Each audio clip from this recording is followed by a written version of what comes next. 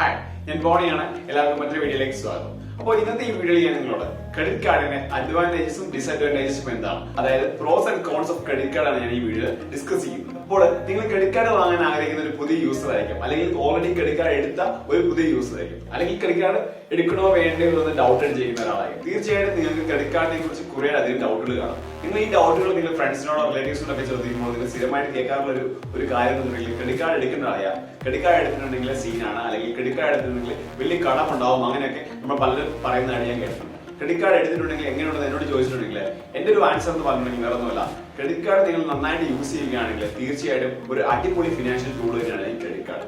അപ്പോൾ ഈ credit card എന്തുകൊണ്ടാണ് അടിപൊളി ഫിനാൻഷ്യൽ ടൂൾ ഞാൻ പറയാനുള്ള കാര്യങ്ങളെല്ലാം തന്നെ ഈ വീഡിയോ ഉൾപ്പെടുത്തിയിട്ടുണ്ട്. പോരാതെ തന്നെ ഞാൻ യൂസ് ചെയ്യുന്നത് എനിക്ക് ഏറ്റവും ഇഷ്ടമുള്ള കാർഡ് ഏതാണ്, അങ്ങനെയുള്ള കാര്യങ്ങളെല്ലാം തന്നെ ഈ വീഡിയോ ഉണ്ട്.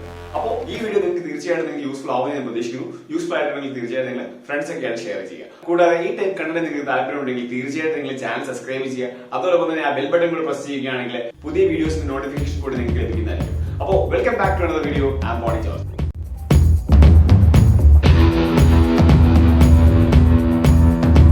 നമുക്ക് ക്രെഡിറ്റ് കാർഡിന്റെ ഗുഡ് ആൻഡ് ബാഡ് എന്തൊക്കെയാണെന്ന് നോക്കാം.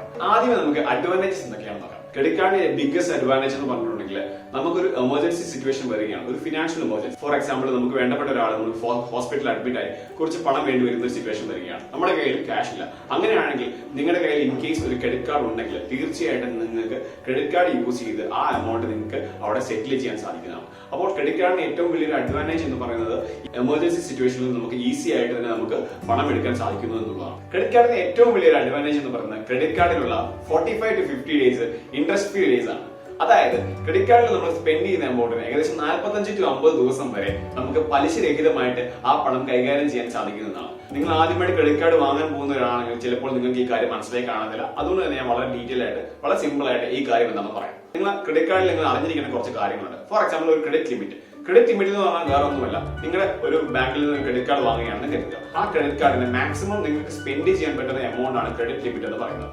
ഫോർ എക്സാമ്പിൾ, എന്റെ ഒരു കാർഡിൽ 1 ലക്ഷം രൂപയാണ് നിങ്ങളുടെ ക്രെഡിറ്റ് ലിമിറ്റ് എന്ന് വിചാരിക്കുക. അങ്ങനെയാണെങ്കിൽ ആ കാർഡ് യൂസ് ചെയ്ത് നിങ്ങൾക്ക് മാക്സിമം സ്പെൻഡ് ചെയ്യാൻ പറ്റുന്ന എമൗണ്ട് ആണ് ഈ 1 lakh rupees. പിന്നെ അടുത്തൊരു കാര്യം നിങ്ങൾ അറിഞ്ഞിരിക്കേണ്ടത് ക്രെഡിറ്റ് കാർഡിലുള്ളത് ബില്ലിംഗ് ഡേറ്റ് ആണ്. നിങ്ങളുടെ പ്രീവിയസ് മന്തുകളിലെ ക്രെഡിറ്റ് കാർഡ് സ്പെൻഡിങ്ങിന്റെ ബില്ല് വരുന്ന ദിവസമാണ് ഈ ബില്ലിംഗ് ഡേറ്റ് എന്ന് പറയുന്നത്. ഒരു പർട്ടിക്കുലർ ഡേറ്റ് ആയിരിക്കും എല്ലാ മാസവും ബില്ല് വരിക. ഫോർ എക്സാമ്പിൾ, ഇപ്പോൾ നിങ്ങൾക്ക് 5-ാം തീയതിയാണ് നിങ്ങളുടെ ബില്ലിംഗ് ഡേറ്റ് എങ്കിൽ ഡിസംബർ 5-ാം തീയതി ബില്ല് വരും, ജനുവരി 5-ാം തീയതി ബില്ല് വരും, ഫെബ്രുവരി 5-ാം തീയതി ബില്ല് വരും. അങ്ങനെ ആയിരിക്കും അതിന്റെ സൈക്കിൾ. അപ്പോൾ എല്ലാ 5-ാം തീയതി നിങ്ങൾക്ക് ബില്ല് ജനറേറ്റ് ആയിക്കൊണ്ടിരിക്കും. അപ്പൊ നമുക്ക് ഈ 45 to 50 ഇൻട്രസ്റ്റ് ഫ്രീ ഡേയ്സ് എന്താണെന്ന് മനസ്സിലാക്കാൻ വേണ്ടി ഒരു എക്സാമ്പിൾ എടുക്കാം. ഫോർ എക്സാമ്പിൾ, ഞാൻ ഡിസംബർ 6-ാം തീയതി ഒരു പ്രൊഡക്റ്റ് വാങ്ങുകയാണെന്ന് കരുതുക. എന്റെ ബില്ലിംഗ് ഡേറ്റ് 5-ാം തീയതി ആണെന്ന് കരുതുക. അപ്പോൾ ഡിസംബർ 6-ാം തീയതി ഞാൻ ഒരു പ്രൊഡക്റ്റ് വാങ്ങിക്കഴിഞ്ഞാൽ അതിന്റെ ബില്ല് വരുന്നത് എന്നായിരിക്കും? ജനുവരി 5-ാം തീയതി ആയിരിക്കും. ഒരിക്കലും ഡിസംബർ 5-ാം തീയതി വരാൻ പറ്റത്തില്ല. അതുകൊണ്ട് തന്നെ ജനുവരി 5-ാം തീയതി ആയിരിക്കും എന്റെ ബില്ല് വരിക.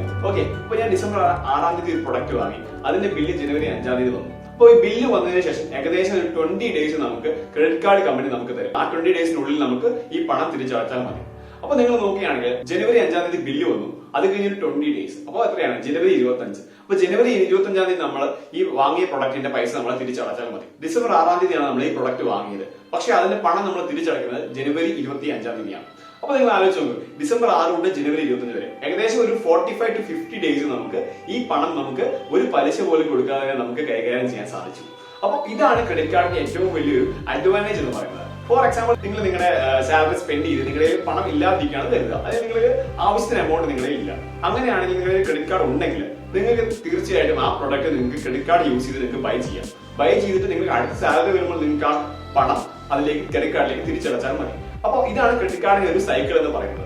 അപ്പോൾ ക്രെഡിറ്റ് കാർഡിന് ഏറ്റവും വലിയ അഡ്വാൻറ്റേജ് എന്താണെന്ന് നിങ്ങൾക്ക് മനസ്സിലാക്കാൻ ഉദ്ദേശിക്കുന്നു. 45 to 50 ദിവസം നിങ്ങൾക്ക് ഇൻട്രസ്റ്റ് രഹിതമായിട്ട് നിങ്ങൾക്ക് സ്പെൻഡ് ചെയ്യാൻ ക്രെഡിറ്റ് കാർഡ് നിങ്ങൾക്ക് ഒരു അവസരം തരുന്നു എന്നാണ് ക്രെഡിറ്റ് കാർഡിന്റെ ഏറ്റവും വലിയൊരു അഡ്വാൻറ്റേജ്. അപ്പോൾ ഈ കാര്യം പറഞ്ഞ സ്ഥിതിക്ക് ക്രെഡിറ്റ് കാർഡിന് ഏറ്റവും വലിയൊരു ഡിസഡ്വാൻറ്റേജ് എന്താണെന്ന് ഇതിന്റെ കൂടെ തന്നെ ആഡ് ചെയ്യാം. അതെന്താണെന്ന് വെച്ചിട്ടുണ്ടെങ്കിൽ ക്രെഡിറ്റ് കാർഡിലെ ബില്ല് ജനറേറ്റ് ആകുമ്പോൾ അതിന്റെ കൂടെ തന്നെ ഒരു മിനിമം ഡ്യൂ എമൗണ്ട് എന്നൊരു സംഭവമാണ്. മിനിമം ഡ്യൂ എമൗണ്ട് എന്ന് പറഞ്ഞിട്ടുണ്ടെങ്കിൽ ഒന്നെങ്കിൽ നിങ്ങൾക്ക് ഫുൾ എമൗണ്ട് പേ ചെയ്യാം. നിങ്ങൾ ഒരു 10,000 രൂപയുടെ പ്രൊഡക്റ്റ് പർച്ചേസ് ചെയ്തെങ്കിൽ ഒന്നെങ്കിൽ നിങ്ങൾക്ക് ഫുൾ എമൗണ്ട് ആയ 10,000 തന്നെ തിരിച്ചടയ്ക്കാം, അല്ലെങ്കിൽ നിങ്ങൾക്ക് മിനിമം ഡ്യൂ എമൗണ്ട് ആയ ഒരു 2,000 രൂപയാണെങ്കിൽ ആ 2,000 രൂപ തിരിച്ചടയ്ക്കാം. അപ്പോൾ 2,000 രൂപയുടെ നിങ്ങൾ അടക്കുകയാണെങ്കിൽ ചിലപ്പോൾ നിങ്ങൾക്ക് 6-7 മാസം നിങ്ങൾ 2,000 രൂപ വെച്ച് അടക്കേണ്ടി വരും.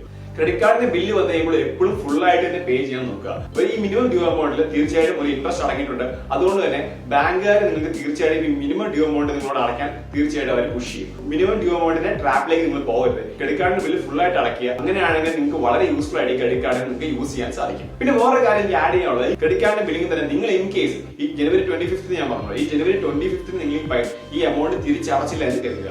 അങ്ങനെയാണെങ്കിൽ മിനിമം ഡ്യൂ എമൗണ്ട് നിങ്ങൾ അടച്ചില്ല എന്ന് കരുതുക. അങ്ങനെയാണെങ്കിൽ നിങ്ങളുടെ മേൽ വരുന്നത് വലിയ ഭീമമായ ഒരു ഇൻട്രസ്റ്റ് റേറ്റ് ആയിരിക്കും. ആനുവലൈസ്ഡ് റേറ്റ് ഒക്കെ നോക്കുകയാണെങ്കിൽ 30 to 40% ഒക്കെ ആയിരിക്കും ഇൻട്രസ്റ്റ് ഈ ക്രെഡിറ്റ് കാർഡിന്റെ മേലിൽ ഈ കമ്പനികൾ ചുമത്തുന്നത്. ഒരിക്കലും നിങ്ങൾ ഡ്യൂ ഡേറ്റ് മിസ്സാക്കാതിരിക്കുക. തീർച്ചയായും ഡ്യൂ ഡേറ്റിന് മുന്നേ തന്നെ ഫുൾ പേയ്മെന്റ് ചെയ്യാൻ നോക്കുക. ഫുൾ പേയ്മെന്റ് ചെയ്യുകയാണെങ്കിൽ തീർച്ചയായിട്ടും ക്രെഡിറ്റ് കാർഡ് വളരെ യൂസ്ഫുൾ ആയ ടൂളാണ്. ക്രെഡിറ്റ് കാർഡിന്റെ അടുത്തൊരു വലിയ അഡ്വാൻറ്റേജ് എന്ന് പറയുന്നത് ക്രെഡിറ്റ് കാർഡിലുള്ള cash backs, discounts, reward points, പിന്നെ ഗിഫ്റ്റ് വോച്ചേഴ്സ് ഒക്കെയാണ്. യങ്സ്റ്റേഴ്സ് കൂടുതലായിട്ട് ക്രെഡിറ്റ് കാർഡ് വാങ്ങാനുള്ള പ്രധാനപ്പെട്ട ഒരു കാര്യം എന്ന് പറഞ്ഞിട്ടുണ്ടെങ്കിൽ തീർച്ചയായിട്ടും ഈ ക്യാഷ് ബാക്കും ഡിസ്കൗണ്ട്സും ആണ്. നിങ്ങൾ ഓൺലൈനിൽ കൂടുതലായിട്ട് ഷോപ്പ് ചെയ്യുന്ന ഒരാളാണെങ്കിൽ നിങ്ങൾക്ക് തീർച്ചയായിട്ടും ഈ ക്രെഡിറ്റ് കാർഡിന്റെ യൂസ് എന്താണെന്ന് അറിയാം അല്ലെ. ഇപ്പോൾ ഫോർ എക്സാമ്പിൾ പറയുകയാണെങ്കിൽ ആമസോണിലുള്ള പ്രൈം ഡേയ്സ്, ഫ്ലിപ്കാർട്ടിലുള്ള ബിഗ് ബില്യൺ ഡേയ്സ്, അങ്ങനെയുള്ള ദിവസങ്ങളിലൊക്കെ തീർച്ചയായിട്ടും മേജർ ക്രെഡിറ്റ് കാർഡ് കമ്പനികളായ ICICI bank, HDFC bank, SBI, അതുപോലെ തന്നെ ആക്സിസ് ബാങ്ക്, ഇവരൊക്കെ വലിയ വലിയ ഡിസ്കൗണ്ടുകൾ നമുക്ക് പ്രൊവൈഡ് ചെയ്യാറുണ്ട്. ഫോർ എക്സാമ്പിൾ എന്റെ ഒരു കാര്യം പറയുകയാണെങ്കിൽ ഇത്തവണത്തെ ബിഗ് ബില്യൺ ഡേയിൽ ഞാൻ ഒരു ഫോൺ വാങ്ങിയായിരുന്നു. അത് എന്റെ HDFC കാർഡ് ഞാൻ യൂസ് ചെയ്തുകൊണ്ട് മാത്രം എനിക്ക് ഏകദേശം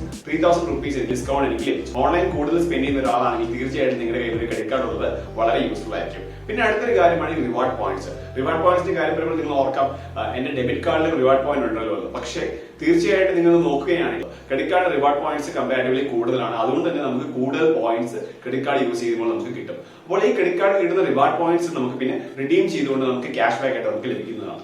ലാസ്റ്റ് ഇയർ ഞാൻ ഏകദേശം 762 rupees ആണ് എനിക്ക് ക്യാഷ് ബാക്ക് ആയിട്ട് എനിക്ക് ലഭിച്ചത്. ക്രെഡിറ്റ് കാർഡിന്റെ റിവാർഡ് പോയിന്റ് സിസ്റ്റം തീർച്ചയായിട്ടും നല്ലൊരു അഡ്വാൻറ്റേജ് തന്നെയാണ്.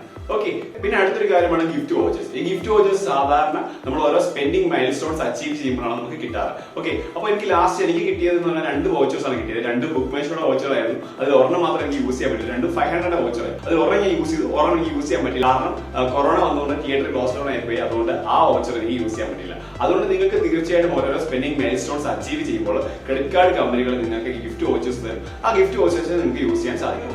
പിന്നെ വേറൊരു കാര്യം എനിക്ക് ആഡ് ചെയ്യാനുള്ളത് ഈ എയർപോർട്ട് ലോഞ്ച് ആക്സസ് ഫെസിലിറ്റിയാണ്.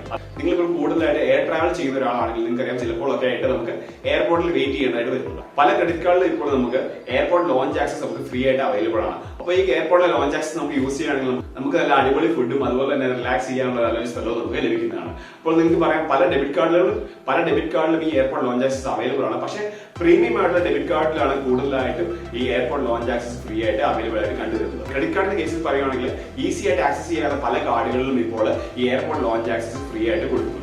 അപ്പോൾ അത് ഏതൊക്കെ കാർഡാണ് നിങ്ങൾക്ക് അറിയാൻ താല്പര്യമുണ്ടെങ്കിൽ തീർച്ചയായിട്ടും നിങ്ങൾക്ക് കമന്റ് ചെയ്യാം. അങ്ങനെയാണെങ്കിൽ സെപ്പറേറ്റ് ആയിട്ട് അതിനുവേണ്ടി തന്നെ ഒരു വീഡിയോ ചെയ്യുന്നതായിരിക്കും. ക്രെഡിറ്റ് കാർഡിന്റെ അടുത്തൊരു മേജർ അഡ്വാൻറ്റേജ് എന്ന് പറഞ്ഞിട്ടുണ്ടെങ്കിൽ ക്രെഡിറ്റ് കാർഡ് നല്ലപോലെ യൂസ് ചെയ്യുകയാണെങ്കിൽ തീർച്ചയായിട്ടും നിങ്ങളുടെ സിബിൽ സ്കോർ അഥവാ ക്രെഡിറ്റ് സ്കോർ നിങ്ങൾക്ക് ബൂസ്റ്റ് ചെയ്യാൻ സാധിക്കും. ഫോർ എക്സാമ്പിൾ നിങ്ങളുടെ ക്രെഡിറ്റ് സ്കോർ കുറവാണെന്ന് കരുതുക. അങ്ങനെയാണെങ്കിൽ നിങ്ങൾ ഒരു ബാങ്ക് ലോൺ ഒക്കെ എടുക്കാൻ പോകുമ്പോൾ തീർച്ചയായിട്ടും അതൊരു പ്രശ്നമായിട്ട് വരും. അങ്ങനെയുള്ള ഒരാൾക്ക് തീർച്ചയായിട്ടും നിങ്ങളൊരു ക്രെഡിറ്റ് കാർഡ് എടുത്തതിന് ശേഷം നിങ്ങൾ അതിന്റെ ബിൽ എമൗണ്ട് ഒക്കെ കറക്റ്റ് ആയിട്ട് റീപേ ചെയ്യുകയാണെങ്കിൽ തീർച്ചയായിട്ടും നിങ്ങളുടെ സിബിൽ സ്കോറിൽ അതിൽ പോസിറ്റീവായിട്ട് റിഫ്ലക്ട് ചെയ്യും. അതുകൊണ്ട് തന്നെ നിങ്ങളുടെ സിബിൽ സ്കോർ ഇംപ്രൂവ് ആവാനുള്ള ചാൻസ് വളരെ കൂടുതലാണ്. ക്രെഡിറ്റ് കാർഡ് നല്ലപോലെ യൂസ് ചെയ്യുകയാണെങ്കിൽ തീർച്ചയായിട്ടും നിങ്ങളുടെ ക്രെഡിറ്റ് സ്കോർ ഇംപ്രൂവ് ചെയ്യാൻ നമുക്ക് സാധിക്കുന്നതാണ്. ഓക്കെ, ക്രെഡിറ്റ് കാർഡിന്റെ അടുത്തൊരു അടിപൊളി അഡ്വാൻറ്റേജ് എന്താണെന്ന് വെച്ചിട്ടുണ്ടെങ്കിൽ നിങ്ങളുടെ ക്രെഡിറ്റ് കാർഡിന്റെ ഓരോ ബിൽ പേയ്മെന്റിലും നിങ്ങൾക്ക് ഇപ്പോൾ ക്യാഷ് ബാക്ക് ലഭിക്കുന്നു എന്നുള്ളതാണ്. അപ്പോൾ ഈ ക്യാഷ് ബാക്ക് ലഭിക്കാനായിട്ട് നിങ്ങൾ ക്രെഡിറ്റ് എന്നൊരു ആപ്പ് നിങ്ങൾ ഇൻസ്റ്റാൾ ചെയ്യുക. ആ ആപ്പ് യൂസ് ചെയ്ത് നിങ്ങൾ ബിൽ പേയ്മെന്റ് നടത്തുകയാണെങ്കിൽ ഓരോ പേയ്മെന്റിലും നിങ്ങൾക്ക് ക്യാഷ് ബാക്ക് ലഭിക്കും. അപ്പോൾ ഈ ക്രെഡിറ്റ് ആപ്പിന്റെ ലിങ്ക് ഞാൻ ഡിസ്ക്രിപ്ഷൻ ബോക്സിൽ കൊടുത്തിട്ടുണ്ട്. താല്പര്യമുണ്ടെങ്കിൽ നിങ്ങൾക്ക് ആ ആപ്പ് ഡൗൺലോഡ് ചെയ്ത് നോക്കാം. ആ ആപ്പിനെ കുറിച്ച് എക്സ്പ്ലെയിൻ ചെയ്യുന്ന ഓൾറെഡി ഒരു വീഡിയോ ഞാൻ ചെയ്തിട്ടുണ്ട്. ആ വീഡിയോയുടെ ലിങ്ക് ഞാൻ ഡിസ്ക്രിപ്ഷൻ ബോക്സിൽ കൊടുത്തിട്ടുണ്ട്. അല്ലെങ്കിൽ മേലെ ഐ ബട്ടണിൽ ക്ലിക്ക് ചെയ്താൽ നിങ്ങൾക്ക് ആ വീഡിയോ കാണാൻ സാധിക്കുന്നതാണ്. ക്രെഡിറ്റ് ആപ്പിന്റെ പുതിയൊരു ഫീച്ചറോടെ എനിക്ക് പറയാനുള്ളത് എന്ന് വെച്ചിട്ടുണ്ടെങ്കിൽ നിങ്ങളിപ്പോൾ വാടകയ്ക്കാണ് താമസിക്കുന്നത് കരുതുക. നിങ്ങളുടെ റെന്റൽ പേയ്മെന്റ്സ് നിങ്ങൾക്ക് ഇപ്പോൾ ഈ ക്രെഡിറ്റ് ആപ്പ് യൂസ് ചെയ്ത് ക്രെഡിറ്റ് കാർഡ് വഴി നിങ്ങൾക്ക് പേ ചെയ്യാൻ സാധിക്കുന്നതാണ്. അപ്പോൾ അതിന് നിങ്ങൾക്ക് ക്യാഷ് ബാക്ക് ലഭിക്കുന്നതാണ്. അപ്പോൾ ആ ക്യാഷ് ബാക്ക് എന്തൊക്കെയാണ് നിങ്ങൾ കാണിച്ചിട്ടുണ്ട്. അപ്പോൾ നിങ്ങൾക്ക് താല്പര്യമുണ്ടെങ്കിൽ തീർച്ചയായിട്ടും ക്രെഡിറ്റ് ആപ്പ് ഇൻസ്റ്റാൾ ചെയ്ത് നോക്കുക. ലിങ്ക് ഞാൻ താഴെ കൊടുത്തിട്ടുണ്ട്. അപ്പോൾ നിങ്ങൾക്ക് ക്രെഡിറ്റ് കാർഡിന്റെ മേജർ അഡ്വാൻറ്റേജസ് അല്ലെങ്കിൽ ദ ഗുഡ് എന്തൊക്കെയാണ് നിങ്ങൾക്ക് മനസ്സിലാക്കാൻ ഞാൻ പ്രതീക്ഷിക്കുന്നു. ഇനി നമുക്ക് ക്രെഡിറ്റ് കാർഡിന്റെ കുറച്ച് ഡിസഡ്വാൻറ്റേജസ് നോക്കാം. ആദ്യത്തെ ഡിസഡ്വാൻറ്റേജ് ഞാൻ ഓൾറെഡി പറഞ്ഞു, മിനിമം ഡ്യൂ ട്രാപ്പ് അല്ലെ. അതായത് നിങ്ങൾക്ക് ക്രെഡിറ്റ് കാർഡിന്റെ ബില്ല് വരുമ്പോൾ ഒരു മിനിമം എമൗണ്ട് വരും. ഒരിക്കലും നിങ്ങൾ ആ മിനിമം എമൗണ്ട് മാത്രം അടയ്ക്കരുത്. എപ്പോഴും ക്രെഡിറ്റ് കാർഡിന്റെ ഫുൾ എമൗണ്ട് റീപേ ചെയ്യാൻ നിങ്ങൾ നോക്കുക. ഒരിക്കലും ഒരു ഫിനാൻസ് ചാർജ് പോലും ബാങ്കിന് കൊടുക്കാതിരിക്കുക. പിന്നെ അടുത്തൊരു ക്രെഡിറ്റ് കാർഡിന്റെ മേജർ ഒരു ഡിസഡ്വാൻറ്റേജ് എന്ന് പറഞ്ഞിട്ടുണ്ടെങ്കിൽ ഒരിക്കലും നിങ്ങൾ ക്രെഡിറ്റ് കാർഡ് യൂസ് ചെയ്തുകൊണ്ട് ക്യാഷ് വിഡ്രോവൽ നടത്തരുത്. അതായത് ഫോർ എക്സാമ്പിൾ നിങ്ങൾ ഒരു ATM പോയിട്ട് നിങ്ങൾ ക്രെഡിറ്റ് കാർഡ് യൂസ് ചെയ്തിട്ട് ഒരു 1000 രൂപ വലിക്കുകയാണെന്ന് കരുതുക. അങ്ങനെയാണെങ്കിൽ എന്താ സംഭവിക്കുന്നത് വെച്ചിട്ടുണ്ടെങ്കിൽ ആ ഇൻസ്റ്റന്റിൽ തന്നെ നിങ്ങൾക്ക് ഒരു ക്യാഷ് വിഡ്രോവൽ ഫീസ് ആയിട്ട് ഏകദേശം ഒരു 500 to 800 റുപ്പീസ് അപ്പൊ തന്നെ നിങ്ങളുടെ ക്രെഡിറ്റ് കാർഡ് പിടിക്കും. അതുകൊണ്ട് ഒരിക്കലും നിങ്ങൾ ക്രെഡിറ്റ് കാർഡ് യൂസ് ചെയ്ത് ക്യാഷ് വിഡ്രോവൽ നടത്താൻ പാടില്ല. അല്ലെങ്കിൽ അതുപോലത്തെ എമർജൻസി ആണെങ്കിൽ മാത്രം നിങ്ങൾ ക്യാഷ് വിഡ്രോവൽ നടത്തുക. അടുത്ത് ഞാൻ പറയുന്നതാണ് ക്രെഡിറ്റ് കാർഡിന്റെ ഏറ്റവും വലിയ ഡിസഡ്വാൻറ്റേജ്. ഓക്കെ, അപ്പൊ ക്രെഡിറ്റ് കാർഡിന്റെ ഏറ്റവും വലിയ ഡിസഡ്വാൻറ്റേജ് എന്താണെന്ന് വെച്ചിട്ടുണ്ടെങ്കിൽ അത് ഓവർ സ്പെൻഡിങ് ആണ്. അപ്പോൾ നമ്മുടെ കയ്യിലേക്ക് ഒരു ക്രെഡിറ്റ് കാർഡ് കിട്ടുമ്പോൾ ഏകദേശം ഒരു 1 lakhന്റെ ക്രെഡിറ്റ് ലിമിറ്റ് ഉള്ള കാർഡ് നമ്മുടെ കയ്യിലേക്ക് കിട്ടി കഴിയുമ്പോൾ നമ്മുടെ കയ്യിൽ 1 ലക്ഷം രൂപ നമ്മുടെ കയ്യിൽ വരികയാണ് അല്ലെ. 1 ലക്ഷം രൂപയ്ക്ക് നമുക്ക് സ്പെൻഡ് ചെയ്യാം. നമ്മുടെ കയ്യിൽ ഇല്ലാത്ത പണമാണ് അല്ലെ. അപ്പോൾ നിങ്ങൾക്കൊരു ഓവർ സ്പെൻഡിങ്ങിന്റെ ഒരു ഹാബിറ്റ് ഉള്ള ഒരാളാണെങ്കിൽ ഒരിക്കലും നിങ്ങൾ ക്രെഡിറ്റ് കാർഡ് വാങ്ങാൻ പാടില്ല. കാരണം ഓവർ സ്പെൻഡിങ് ചെയ്യുന്ന ഒരാളാണെങ്കിൽ തീർച്ചയായിട്ടും ഈ 1 ലക്ഷം രൂപ നമ്മുടെ കയ്യിലേക്ക് വന്നു കഴിയുമ്പോൾ കണ്ണിൽ കാണുന്ന സാധനങ്ങളെല്ലാം വാങ്ങിച്ചു കൂട്ടി ഈ ക്രെഡിറ്റ് ലിമിറ്റ് അങ്ങ് എക്സോസ്റ്റ് ചെയ്യും.